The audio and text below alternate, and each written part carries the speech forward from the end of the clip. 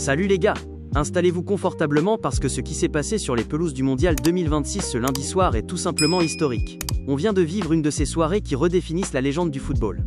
Au programme de notre grand récap, le chef-d'œuvre absolu de Kylian Mbappé qui libère les Bleus sous la tempête, la planète foot totalement à genoux devant le nouveau roi de la Coupe du Monde, on ira aussi au Portugal où la sélection est sous haute tension et on terminera par un énorme scandale qui secoue la Suède à cause de Zlatan Ibrahimovic. C'est parti! On débute ce tour du monde par nos Bleus. Mission accomplie pour les hommes de Didier Deschamps qui se sont imposés face à l'Irak dans le stade de Philadelphie. Mais que ce fut intense! Le grand bonhomme de la soirée, c'est évidemment notre capitaine, Kylian Mbappé.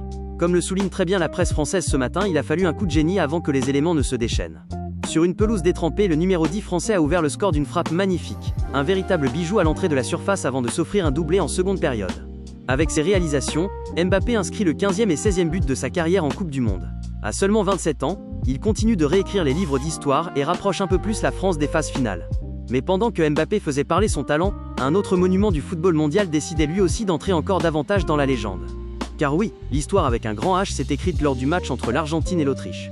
Score final, 2-0 pour l'Albiceleste. À 38 ans, Lionel Messi a signé un doublé retentissant.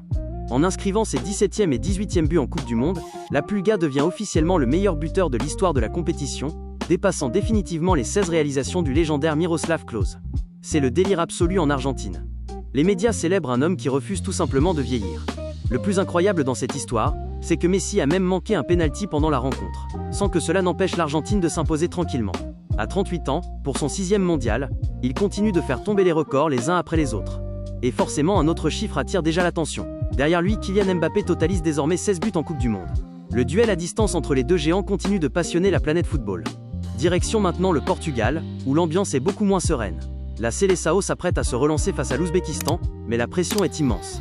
Après une entrée en lice compliquée face à la RD Congo, Roberto Martinez a lui-même reconnu que son groupe avait traversé des moments difficiles. Résultat, le sélectionneur prépare plusieurs changements importants dans son équipe.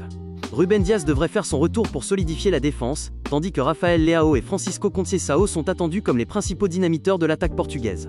Leur mission sera claire, apporter de la vitesse, de la créativité, et soutenir un Cristiano Ronaldo qui dispute probablement sa dernière Coupe du Monde. L'attente est énorme, et l'erreur n'est déjà plus permise pour les Portugais. On termine ce tour de l'actualité par un énorme coup de tonnerre en Suède, et il concerne évidemment Zlatan Ibrahimovic. L'ancienne star de la sélection suédoise se retrouve au cœur d'une vive polémique après une intervention télévisée qui fait énormément parler. Invité à adresser un message de soutien à l'équipe nationale, Zlatan aurait utilisé exactement les mêmes expressions et formulations que dans une récente publicité tournée pour une marque automobile. Résultat, de nombreux observateurs dénoncent une publicité déguisée en message patriotique. Les critiques se multiplient, et le débat agite désormais tout le pays. Une nouvelle controverse à la hauteur du personnage, toujours capable de faire parler de lui même après sa retraite.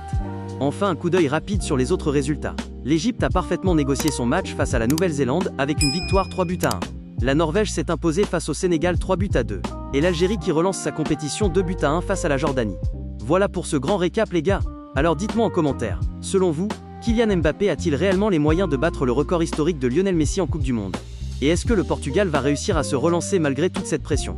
Si la vidéo vous a plu, n'oubliez pas de laisser un like, de vous abonner et d'activer la cloche pour ne rien manquer de cette Coupe du Monde complètement folle. Prenez soin de vous, passez une excellente journée, et on se retrouve très vite pour une nouvelle revue de presse sur Une de Sport.